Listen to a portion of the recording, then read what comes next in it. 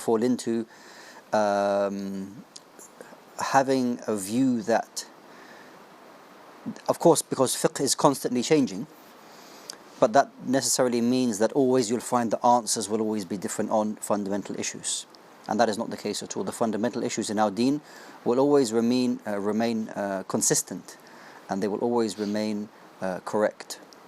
So this is the first thing. And the second thing I wanted to mention as well is that the ulama al-Rabbaniyun, those true ulama who are firmly grounded in knowledge, subhanallah, always you find that they draw the people towards the message itself, not the messenger, because they themselves are messengers in the sense that they are ulama, they are scholars, but it's not about them.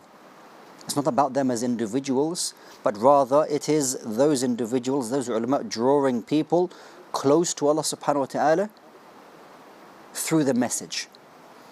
And in this day and age, there seems to be this seems to be lost, in that it is not necessarily the message that people are attached to, but rather it is the person delivering. If you want to call him the messenger, I don't want to confuse people saying, am I calling people messengers now? Of course I'm not. But it is the individual, the personality, let's say the personality that the people are attached to, not necessarily understanding or what is the message in the first place. When this is, shouldn't be like that at all. It is the message that raises the status of an individual. The individual, the personality, does not make the truth the truth. I hope that's clear to you, right? Yeah. I hope it's clear to the viewers. So I think this is something that we really need to reinstill into our da'wah. And that is that when we're teaching people, that alhamdulillah, Allah subhanahu wa ta'ala blesses us from one era, one time to the next, that there are always individuals and speakers whom Allah subhanahu wa ta'ala has given them tawfiq, no doubt, as Allah as well has given them success, from that what we can see. But it is of the utmost importance that the people realize it is the message that you should love, it is the message that you should follow. And inasmuch that I love that individual only because that they are following the message. Okay? Yeah. So this is something I just wanted to really, and I will continue to speak about these things, because I think it's very important. Because otherwise you may find, we're attaching ourselves to personalities, and when the personalities are no longer there, then Muslims find themselves lost. Muslims find, well, who should we follow, and who do I listen to, and what do I do now? And Abu Bakr radiallahu ta'ala anhu, upon the death of the Prophet Muhammad alayhi salatu wasalam, said to everybody, whoever worships Muhammad alayhi salatu wasalam, then know that Muhammad has passed away. And whoever worships Allah, فَإِنَّ اللَّهَ حَيٌّ لَا يَمُوتُ, that Allah subhanahu wa ta'ala is the ever living and never dies. So here Abu Bakr radiallahu anhu immediately reminded the people that Rasulullah alayhi salatu wasalam is ahabbu nas ilayya, is the most beloved person to us. But ultimately it is the message that we are going to follow. And we love the Messenger alayhi salatu wasalam in that, or for many reasons of course. But Allah subhanahu wa ta'ala chose him as a Nabi, a Rasul, as the final messenger, all of these reasons amongst others. But it is the message that would remain amongst the people, which is what we need to attach ourselves to. So whenever you find fitan, whenever you find new programs that are coming out, whenever you find, whether it's Hollywood, Dollywood, Bollywood, whatever the case may be, okay, bringing new programs, and Muslims are raising their arms, how could they make such a program? There are far worse programs than that. There are far worse programs than what these new programs are being brought out. I mean, I'm sure you know what I'm talking about. And I guess if you know, you know. You don't, well, you'll find out shortly. Yeah. So, but subhanAllah, there are far worse programs than that. Far worse. But yet Muslims are raising their hands, and it means that there's confusion. It means that they don't understand priorities in their religion. And we ask Allah subhanahu wa ta'ala to give us beneficial knowledge. Ameen. Jazakallah khair, Sheikh. I mean, just a reminder for everyone watching at home or online, they were live right now, and we're going to be here up until 11 o'clock. So if you have any questions, take this chance to give us a call or send your questions to our WhatsApp number, email address, or if you're watching along online on YouTube or Facebook, then you're able to leave your questions at the comment section, inshallah. The number to call on, if you'd like to give us a call, is 0203 515 0769. So we're going to go to our next question, Sheikh. So I'd like to open the topic today, Sheikh, since you ended with programs and stuff. Generally on this show we deal with things which are more based around desires, because generally this is the area where we're very prone to both sin and through that losing our iman, and maybe ultimately certain things to be so bad that they can affect your faith. So Sheikh, around this programs and all of this, and you got the rise of some massive corporations now which are around entertainment, and it brings it right into your home and makes it so accessible. How does entertainment, Sheikh, affect our lives? Not in general, but maybe in general, but specifically our minds and our connection with Allah and our worship. Excuse me. Maybe even our identity, Sheikh, to a level. So it's a very good question. In that, what are the boundaries concerning entertainment? You don't have to subscribe to anything. Your own social media feed can be entertainment for you, and is entertainment for people on a daily basis. But on a more serious kind of approach, what people are watching and this and that and the other, whether we're talking about things which are nudity and swearing, and are there topics in it which are completely against Islam? Those things are quite clear for us. At least they should be clear. But this whole media drive, or film, or terms that you to binge watching a set of programs on something. They push you towards this. All of this, no doubt, will impact your mind. And within all of these programs and series, they will affect the way that you emotionally feel. They will affect you the way that you think. They will impact you very, very deeply. I want to stop you there, Sheikh. No. We've just come to our break now, so do you mind if we continue the topic after the break? Bismillah. Just like I think it's something we need to go into a bit more, so maybe we should continue after the break. Thank you, Sheikh. Thanks to everyone who's tuned in so far. We're going to be back after a few minutes, after our short break, to continue the show and continue taking your questions, brothers and sisters. So do stay tuned. For now, Assalamu alaikum wa rahmatullah.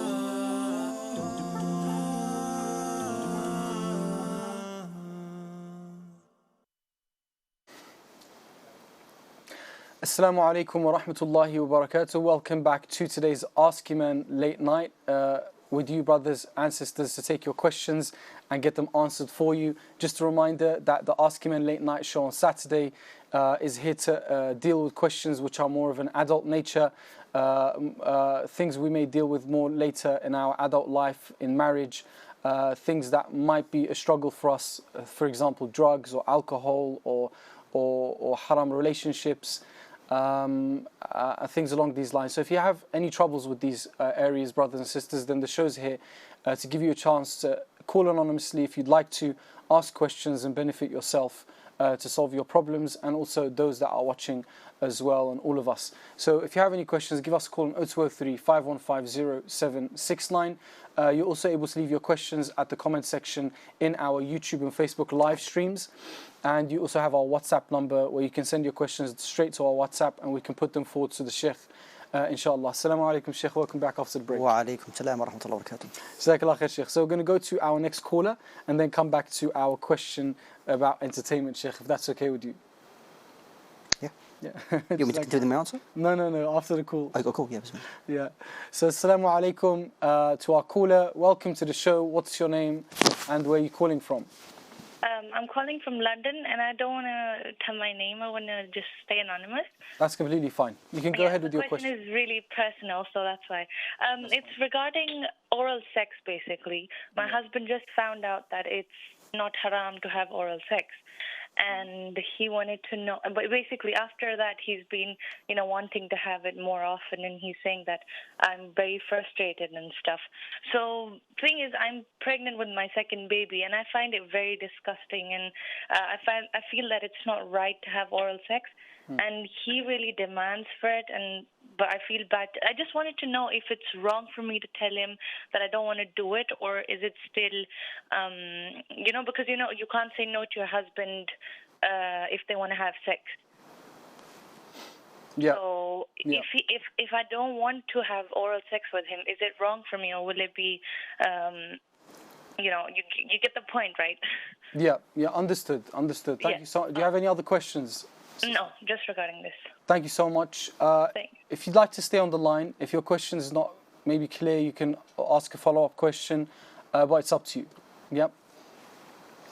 Okay, so on this issue, it's important for us to realize when talking about Islamic rulings, there is an Islamic ruling, and that sets boundaries for us, which stops us falling into haram, and allows us to do things which is not disobeying Allah subhanahu wa ta'ala, and that is not haram. Okay. Now, that doesn't necessarily mean that we always need to go to the very edge.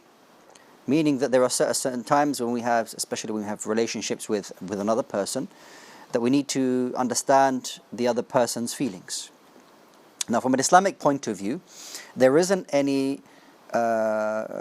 explicit text which prohibits either of the spouses engaging in oral stimulation. There's nothing prohibiting that.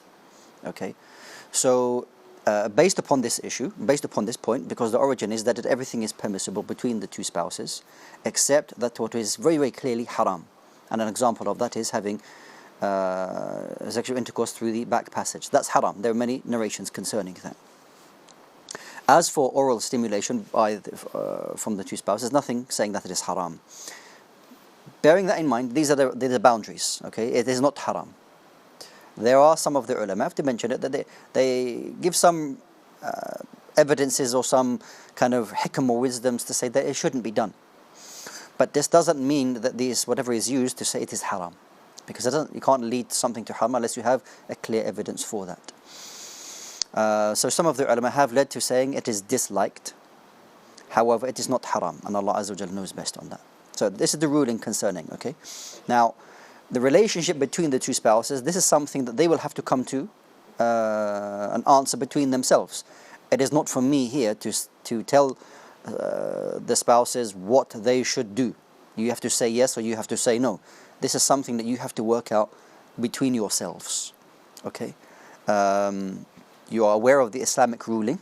Okay, that it is not haram. Some of the ulama have said it is disliked, and they have given some reasons behind that. However, the ruling is that it is permissible. What I would suggest is that if you can, you're unable to arrange it or come to a conclusion or compromise amongst yourselves, then maybe you can speak with somebody, although it's a bit difficult. I understand it might be quite sensitive to talk to somebody, face to face regarding these issues, and this is why this platform has been opened to allow people to call in and remain anonymous, no problem, and have their questions answered best they can. Okay, so if you feel that you're able to come to a compromise, maybe you can not necessarily go speak to a sheikh or imam or person who has knowledge on this issue, but maybe call them and you can speak about the issue, maybe in more detail, maybe with your husband present, so that you can get some further advice on the issue. And may Allah subhanahu wa ta'ala make it easy for us all. Ameen. Ameen. Jazakallah khair, Sheikh. Sister, you still on the line? Okay, sister's gone. So thank you so much for your call and your questions. For everyone else watching at home, you can reach us on 0203 515 0769 to ask your questions, inshallah. So Sheikh, back to the question that we had about entertainment. We were speaking about you were giving us an answer about the boundaries of kind of all this entertainment we consume. Yeah. So what I was saying, the impact that it has on us, just as the food and drink has an impact on our physical body, and we are careful as to what we eat and what we drink, try to remain healthy, try to stay away from not indulging in too much, sweet food or food which is known to be, if taken in large quantities or amounts, is something will harm our bodies. We try to do what is best for our bodies. Similarly, we should also know that what we are looking at, and what we are absorbing will impact us as well. And over a period of time, if you're looking at things which are not good, will numb you. You'll become numb to, which is haram. If you're watching haram, you'll become numb to it, and it won't bother you. And if it doesn't bother you, then may fall into it. And this is the cycle. This is the journey that a person may go on to. Okay. Now, a person said, do you have statistics? Do you have research to prove that if you watch haram, you're going to fall into haram? Okay. And there's common sense. If you expose yourself to haram, then ultimately that will affect you in different ways. It might not affect everybody in the same way, but it is more likely that if a people expose themselves to haram, a large amount of people will fall into it. So we have to be very, very careful in that what we look at and what we listen to, because it will impact you. It will start to maybe control the way that you think and the way that your emotions are, what you feel sad for and what you feel happy for. And this is extremely, very deep. Yeah. That what makes you happy, and what makes you sad, what makes your emotions like this. Yep. You may find that what you're watching will mold what you see as acceptable and happy. Yep. So certain people who are being oppressed, that you're happy for that. Yep. Or you're seeing haram and that makes you satisfied. Could be very, very dangerous. Yep. So this is something that we really need to, constantly look over and ensure that we don't expose ourselves to things which can potentially harm us. Wallahu a'lam. Jazakallah khair, Sheikh. Thank you so much for your answer. We're going to go now to our next caller, who is Brother Yusuf from Morocco. Assalamu alaikum, Brother Yusuf. Welcome to the show. How are you today? What? Welcome to the show. How are you today? Thank you. Okay. What's your question for us? I told you my question. My question is about faith. How to increase faith. Some tips and some advices from Sheikh to be in high spiritual state and to get rid of. Assalamu alaikum. Wa alaikum assalam wa rahmatullahi wa barakatuh. We can hear you. Okay. So your question is about how to increase Iman? Yeah, how to increase. Because I was suffering from social anxiety. Okay. And I am, alhamdulillah, I'm praying every day, and I want from Sheikh to give me some advices how to get rid of this illness, spiritual illness. Okay then. Just stay on the line. So then, if Sheikh would like to ask you any questions, or you'd like to elaborate on your question, then you can. Okay, so the brothers asked a very important question, something which we should all ask ourselves, really, subhanAllah, that how can we raise our Iman? And our Iman is something which is constantly fluctuating, whether it is going up and going down, depending on our behavior, depending on how obedient we are and how close we are to Allah subhanahu wa ta'ala. Maybe if somebody's far away from Allah subhanahu wa ta'ala, that can also affect the level of your iman. Now, this is my answer is basically from two sides. The first side is that if somebody feels that they have a mental health issue, okay, that they need to seek professional help on that, then by all means go ahead and do that. You shouldn't feel embarrassed, you shouldn't feel ashamed that I can't go, why should I go to a doctor if I feel I've got a mental health issue? No problem, you going to a doctor to seek some professional advice on that. And in line with doing the many things which the Prophet ﷺ told us, selling lots of salutations upon the Prophet ﷺ, making istighfar, making dua to Allah subhanahu wa ta'ala to make it easy for you. All of these things in line with all the obligations will go a long way, inshallah ta'ala, help your situation. May Allah subhanahu wa ta'ala make it easy for you, brother. Allahumma ameen. Ameen. Jazakallah khair, Sheikh, for your answer. That brings us to the second break of the show now, for everyone watching at home. We're going to take a break for a few minutes as usual, and then we're going to be back to continue with our show and welcome your calls. So do stay tuned now. For now, assalamu alaikum wa rahmatullah.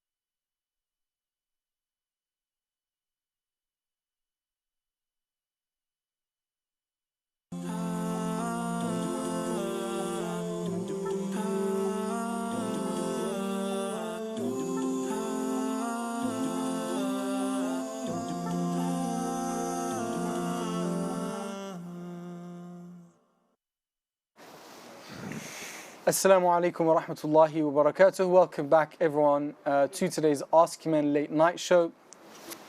Thank you so much to all of our callers so far that have joined the show and asked some great questions. These are the questions that are going to educate all of us watching at home and myself, inshallah. So we'd love to hear more of them. They are the reality of what we deal with as people, as families, as communities. So please, if you have any troubles or questions, then we do welcome you to give us a call. This is why the show's here. The number is 0203 5150 769 to reach us on the show. Otherwise, you can send your written questions, typed out questions, to our WhatsApp number, email address, and both our Facebook Live and YouTube Live platforms. So Sheikh, assalamu alaikum, welcome back after the break. Wa alaikum salam wa rahmatullah. We're going to continue, Sheikh, with our questions. Our next question, Sheikh, is from YouTube. The question is, if a person only prays when he has time, for example, after work or school, missing fard salah, does this make a person a hypocrite? So you can watch this show on YouTube, right? Yes, Sheikh. MashaAllah. So I think it's better to watch it on YouTube. Really? Yeah, I think so. Because if you're on Facebook, you're more likely to start scrolling. Isn't it? That's the way it is. You scroll, and then you're not going to watch the program. So I think if you watch it on YouTube, then you're more likely to stick to it. Oh, yeah, I get it. I think so. Yeah, I think so. Yeah. So what I would say is that the Prophet ﷺ described the munafiqun, the hypocrites, how they, and even Allah Jalla wa Ala describes the hypocrites when they offer their salah. That when they stand for the prayer, قَامُوا كُسَالَى, that they stand in laziness, careless. They are not interested in offering their salah. That they will offer their salawat, as found in the sunnah, they will offer their salawat if it is necessary, at the very last time. Okay, like they will offer their salat al-asr just before the sun sets. Tilka salatul munafiq. That is the prayer of the hypocrite, because the salah is not very important to them. Now, for the Muslim, for the believer, they realize that this is their link. This is the one thing that 5 times a day, that they will attach themselves and link themselves to Allah subhanahu wa ta'ala. It's not possible for them to cut their link with Allah Jalla wa Ala, because they realize the importance of it. The thing is, first matter will be asked on Yawm al-Qiyamah. It is mentioned extensively in the Quran. It is mentioned, it's one of the pillars of Islam. It's that important. They understand its value. So if somebody is offering it kind of on and off, maybe due to laziness, okay, this is, inshallah, speak to somebody, this can be remedied. If it's other than that, they're doing it only because they have to, or in front of other people, this is maybe more severe, because this is more like how the hypocrites would offer their prayers. They would only offer their prayers around people, or when they felt it was necessary for them.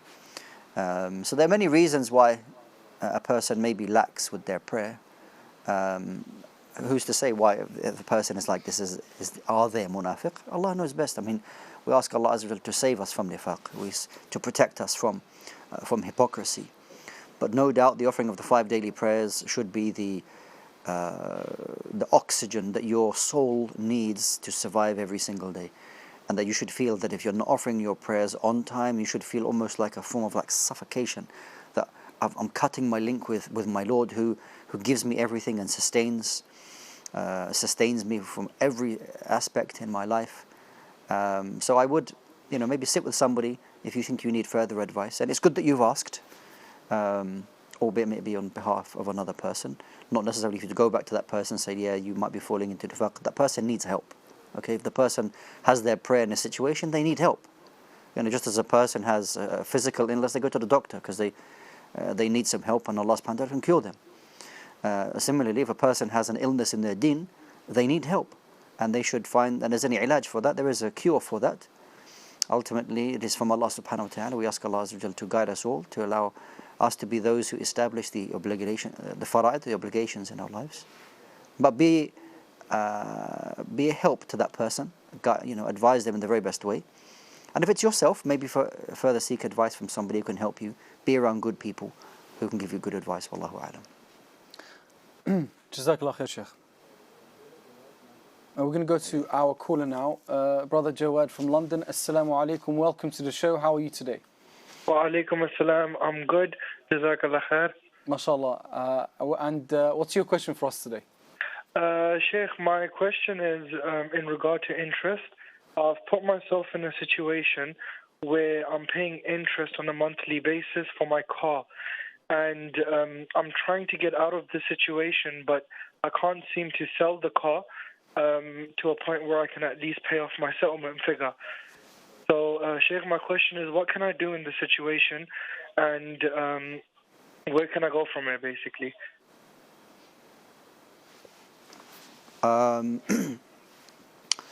May Allah subhanahu wa ta'ala make it easy for you, brother. The fact you've called shows that you want to rectify the situation. It's difficult for me to give you probably a detailed and tailored answer to your situation, because I don't know anything about your situation, your financial situation, or what the options you have. Maybe it's best you can speak to somebody in person, so that the whole situation can be explained. But no doubt that you need to try and rid yourself of this toxic debt as soon as possible, which is the interest. May Allah Azza wa Jalla forgive us all.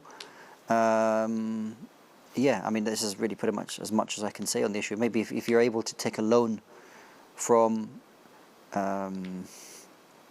somebody, of course, interest-free. You don't want to jump out of the fire, or out of the pan and into the fire. You don't want to do something like that. If you can borrow some money, which is a halal loan, to pay it off, and then that's one option. Or if it's a possibility for, I don't know, maybe you can find more work, do extra work to find, so you can pay off the debt even quicker. These are some general options that some people have. May Allah subhanahu wa ta'ala make it easy for you, make it easy for us all. I mean, thank you so much, Sheikh. Brother, you still on the line? Yes, sir. Jazakallah khair. Would you like to ask any other questions? No, that's about it. But in regard to the interest, is it enough for me to make the intention to get rid of this, but knowingly that it's going to take me at least 6 months, or maybe even a year?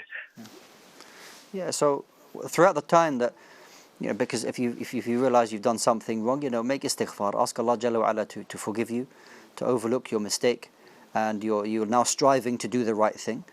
And if this is the case, then Allah subhanahu wa ta'ala will make it easy for you, and Allah Azza wa forgives all sins. But we remember the mistakes that we made, and we don't fall into them again, inshallah ta'ala. And I ask Allah Azza wa to allow you to get through this situation as quick as possible. Ameen.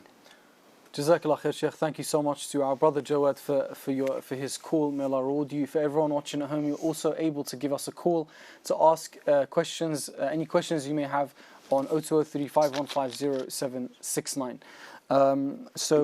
Sheikh, we're going to continue back to one of our callers from earlier who sent a follow-up question. Did you say, Sheikh, earlier around the question, which was around intimacy a little bit, yeah? Mm-hmm. Did you say anything about being able to say no? Yeah, it's just because there's a question that's a follow-up. Right. Okay. The question is me telling him no for that action on me, or is it specifically for just the whole thing on its own? Yeah. So concerning oral sex or oral stimulation between the two spouses, okay, I'll give the Islamic ruling, i.e. that it's not haram. Okay. Me giving you a ruling now to say you have the right to say you have to say yes, okay, or you have the right to say no, believe me, is not a solution for any of you, because this may cause more discord between you. It's not a solution for you or your husband for me to say yes, because it puts you in a very difficult situation. You use strong words. This is disgusting for me. It's not something I'm used to culturally or whatever. I don't know anything like this. Whereas the husband is something, is that it may be something acceptable to him. Okay? So my answer here is that, whether it's yes or no, it's not a solution for you. What I would suggest is that if you're unable to come to a compromise on the issue, then I would suggest that you speak to somebody over the phone, if it means you speak to them on the phone, and that you can be both spoken to get further advice, to come to some form of understanding, okay? Because the relationship between the husband and wife, okay, is something which, you constantly need to work at, okay? And if something comes up that you need to discuss, maybe some compromise from one side or the other, okay, then there may need to be some form of compromise, but, okay, bearing in mind that you need to both feel comfortable with the situation, especially in matters like this. Nobody should be forced, okay, to do something that they are not happy with. And we ask Allah Azza to make it easy. Thank you, Sheikh. Our next question is from Brother Abdullah in London. The question is, I would like to know if a husband were to pronounce the words for khul'a to his wife, i.e. faraqtuki, without her requesting for a khul'a at the time of him pronouncing it to her, is this valid? Okay, so in principle, we need to understand what is khula'. Okay, now if you say faraqtuki, which is an Arabic word, and what does that mean? Is I've separated from you. Yeah. Okay, now this is really depends. I mean, does it have the potential of having more than one meaning? Possibly, but more likely that if the wife did not ask for khula', then how are you giving her khula' in the first place? The khula' is request from the wife to get out of the marriage. Okay, and she will return some of the mahar. So if you say to her, she didn't say to you, I shouldn't request from you khula', and you say to her faraqtuki, this is maybe a divorce. In principle, I would suggest you go to a sheikh to discuss this further. Wallahu a'lam. Jazakallah khair, Sheikh. For everyone watching at home, we're going to take our next break now for a few minutes, so do stay tuned. We'll be back for our last segment in just a few minutes, inshallah.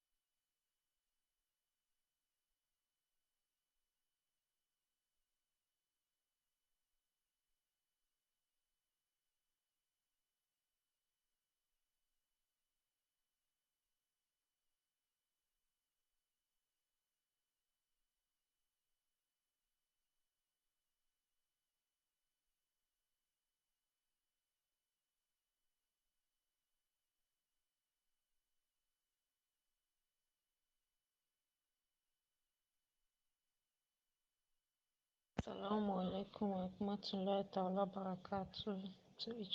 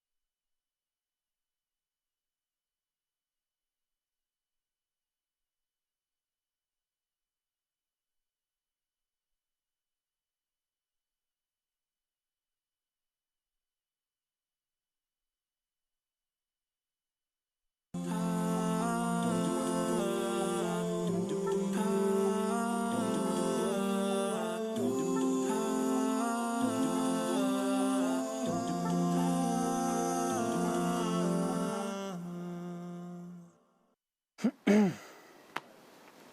alaikum wa rahmatullah to everyone watching at home. Welcome back to today's Ask Eman Late Night Show. We're going to be here now for our last segment for the next 10 minutes to 15 minutes, inshallah. So if you have any questions, then do give us a call or send your questions to our WhatsApp number, email address, and if you're watching along on Facebook or YouTube, then you can send your you can put your questions at the comment section, inshallah. Assalamu alaikum, Sheikh. Welcome back after the break. Wa alaikum salam wa rahmatullahi wa barakatuh. I've been drinking some fizzy water, Sheikh. It's not helping. Oh, no bad. All right then. So our first, we're going to go through our YouTube questions now. Inshallah. So Bismillah, Assalamu alaikum to our brothers and sisters watching on YouTube. Thank you so much for sending your questions. We're going to get into your questions now and try and cover most of them, inshallah. So our first question from Parvez is, remember me in your prayers. So may Allah bless brother. May Allah Parvez. bless Yeah. Parvez and make it easy for him and his family. Ameen. Ameen, ameen. Our next question is from brother Hamza. He says, Assalamu alaikum. Can you pray Isha immediately after from praying Maghrib? Isha immediately after Maghrib? Well, if you're a resident, then no, you should pray Isha in its time. Yep. Maghrib has its time and then Isha has its time. So once the sun has gone down, once the redness has disappeared from the sky, then you can pray Salat al-Isha in its time, a time after that, inshallah ta'ala. Jazakallah khair, Sheikh. Our next question is my second question, which is from brother Hamza as well. May Allah bless him. I don't pray Dhuhr and intended to pray it during Asr, and unfortunately I got to pray it again. So what I'm asking is, which time can I pray that prayer? Right, so what I would say to brother Hamza, may Allah subhanahu wa ta'ala bless him, is to offer the salawat in their times. Okay, so Fajr has its time, Dhuhr, Asr, Maghrib and Isha all have their own specific time, and really try your very best to offer these salawat in their time and not to pray them together. Okay, don't do that. If you're a traveler, it's different. You're permitted to join Dhuhr with Asr and Maghrib with Isha. I do realize that it's winter time now here in the UK, in the Northern Hemisphere, okay, and the salawat times may be quite close together, but nonetheless, you really make an effort to ensure that you are praying your salawat in their time. And also the prayers are in order. You don't pray them out of order. You pray like, I'm praying Asr, oh now I'm going to pray Dhuhr. Okay, if you forgot that, let's say you prayed Asr and then you realized, I didn't pray Dhuhr, then you pray Dhuhr, and the Asr is valid. Okay, you wouldn't need to repeat Asr. That's in a situation where maybe you forgot. Otherwise, the salawat, they will be prayed in their order. Jazakallah khair, Sheikh. Our next question is from brother Amjad Al-Abbasi. He says, hello Sheikh Wasim. That's all it is. Wa alaikum salam. Do you know brother Sheikh? No, I don't know him. MashaAllah. He's our brother. Yeah. Our next question is Mr. Adam. He's asking, Assalamu alaikum, how are you both? I'm very well, Jazakallah khair. How are you, Sheikh? I'm very well, alhamdulillah. Yeah. Jazakallah khair. Sheikh, I've been meaning to ask you, actually, it's been raining quite heavily. So I've been meaning to ask you, is there, I know there's a dua. Yeah. Generally, how should we receive the rain? So the Prophet ﷺ taught us the dua, Allahumma sayyiban nafi'a, which means, oh Allah, allow this rain to be a beneficial rain to us. Now, Allahumma sayyiban nafi'a. Jazakallah khair, Sheikh. Our next question is from brother Junaid Ahmad. He asks, if a person only prays when he has time, for example, after work or school, missing fard salah, does this make the person a hypocrite? I think we covered this already, Sheikh. Maybe we answered this question. Yeah, move on. Okay. Yeah, damn. Listen, we've done it. Hypocrisy is something that is known between you and Allah Jalla wa'ala. Maybe you're hiding it, but offer your salawat on that time. Yeah. Bi-idhnillah. All right, Sheikh. Jazakallah khair. Our next question is from Forever 622 at 1. You gotta love those names. I don't know. Are these names that people actually choose? No. Or is that you put your name in and it's like, well, somebody's already got that name, and then they make up a name for you, and then you just accept it. Maybe both. What's the name again? Forever what? Forever 622 at 1. It's really creative. At 1. Yeah. Okay, 622 at 1. Maybe it means there's a secret code or something. Yeah. Yeah, that's mashallah. Very creative. So the question is, Sheikh. I'm being told in my ear, get to the question. If food is served but you fear if you eat you'll miss your salah, should you eat or go to pray? For example, Asr is in 10 minutes but you need to pray Dhuhr. Jazakallah khair. Right, okay, so a situation like this where you haven't prayed a faridah, Yeah. there's two situations. We know that the sound hadith, لا صلاة بحضرة الطعام, that there is no prayer if the food has been brought there. Now, or presented. Now, the ulama have explained this in a number of different ways. If by you praying and not eating the food is not, you're not starving. You're not starving, you're not thinking, if I'm in the prayer and I'm thinking about the food and things like that. If that's not the situation, then offer your salah first. Especially with the time, dhuhr maybe you're going to miss the time, you should offer the salah first before the time goes out. Because that would be akad, that would be more of an obligation for you to offer the salah in its time, as opposed to you eating the food here. Wallahu a'lam. Thank you, Sheikh. Our next question is from Hassan. Brother Hassan says, LOL, pray then, food isn't running away. Just a bit of banter there. Yeah, okay. How you see, he answered straight away. Yeah, mashallah. Allah. Brother Hassan is funny, mashallah. Yeah. Okay, so our next question, Sheikh, is from Brother Adam. Question is, I want to study in Medina University, but the application process is very long. Yeah. How can I prepare whilst my application is pending? So may Allah subhanahu wa ta'ala give that what is best for you. In the meantime, try to memorize Quran if you see yourself as wanting to be a student of knowledge. If it happens for you, alhamdulillah. If it doesn't happen, then it doesn't mean that you can't be a student of knowledge, not at all. So try to find teachers who can help you, whether they're local or whether it is online. But pursue your knowledge. Okay, pursue your knowledge, and if you do that, Allah subhanahu wa ta'ala will make it easy for you. Make lots of dua to Allah subhanahu wa ta'ala that He opens a way for you, whether it is in Medina University or somewhere else. May Allah subhanahu wa ta'ala give you tawfiq. Ameen. Ameen, Sheikh. Jazakallah khair. Our next question, Sheikh, is there any benefit to reciting the Quran for a deceased loved one? Do they get any reward from this? So this is a practice of some of dedicating recitation of the Quran to the deceased, as we may perform Hajj or Umrah for the deceased, which is evidence for that.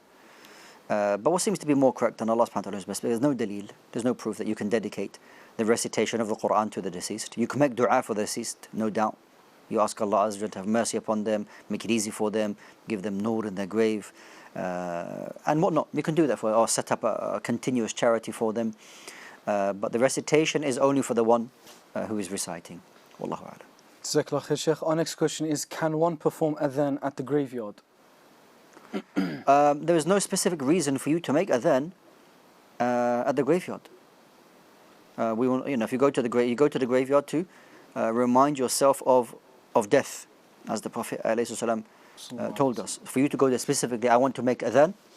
There's no purpose in you doing that. You shouldn't do that, because you are specifying something that was not told to us by the Prophet ﷺ. No. Thank you, Sheikh. Our next question, and then after this we'll go to our caller that's on the line. The question is, for a married sister, if her husband practices a different fiqh to her, should she follow the same school or stick to the one she practiced before marriage? So this is a very general question. What I would say is that you may find there's a lot of things which overlap. Okay, if there are individual things which you may slightly differ on, speak with your husband, and if you're happy to do your own thing, alhamdulillah. If you differ on an issue, that you see it this way and you see it that way, sit down together and come to an understanding, inshallah ta'ala. Is that very important, Sheikh? Generally, the advice you gave when it comes to spouses, when it comes to marriage, sitting down, talking. Yeah, definitely. And having that. Yeah, I believe compromise and communication is very important between everybody, not just the spouses, but everybody. Okay, and there are certain questions which have to be very clear on. That on this platform, especially between husband and wife, for me to say that yes, you have to listen to your husband, that this will cause problems. And what understanding is this? Why do I have to do that? Or, for example, like one of the earlier questions, the husband wants a practice in the home and the sister doesn't want it. Me giving you an answer, yes or no, it's not a solution for you. You need to sit down and both of you need to have a compromise, an understanding. If, however, you've explained your situation in great detail, okay, and then in front of a person of knowledge or somebody who's qualified to give you an answer, and they're both prepared to say, whatever you say to us as an Islamic ruling, we'll take that. Yeah, yeah. Then, okay, fair enough. Okay, but before that, okay, it's not right for me just to say that, yeah, yes and no, you have to follow the fiqh of so and so and so and so. But in general, I say you have to compromise. And you have to have an understanding between the two. Wallahu a'lam. Jazakallah khair, Sheikh. We're going to go to our next question from YouTube just to get through our YouTube questions. We had a caller, didn't we? Yeah, we don't have enough time for the caller, so apologies for that. We only have about a minute left of the show. By the time we finish the call, it'll be 40 minutes into that minute. You know, Well, 40 seconds. 40 seconds. You see, we're losing time, Sheikh. Okay, go ahead. Our next question is, well, it's 40 seconds now. Okay, what should the dynamic be between spouse and their stepchildren be when the age gap between them isn't a lot? For example, 1 to 3 seconds, 3 years. I don't know how I'm supposed to answer that in 20 seconds. But, you know, maybe I'm about to say to you, go to a person of knowledge, someone can advise you. May Allah join your hearts. I mean. Jazakallah khair, Sheikh. Sorry to put pressure on you with that last question. No pressure. You know, Nope. may Allah bless you, Sheikh. Thank you for joining us today. Barakallahu feek. Thank you to everyone who's joined us today on the show. We'll be back on Monday at 7:30, Tuesday at 7:30, inshallah. For now, assalamu alaikum wa rahmatullah.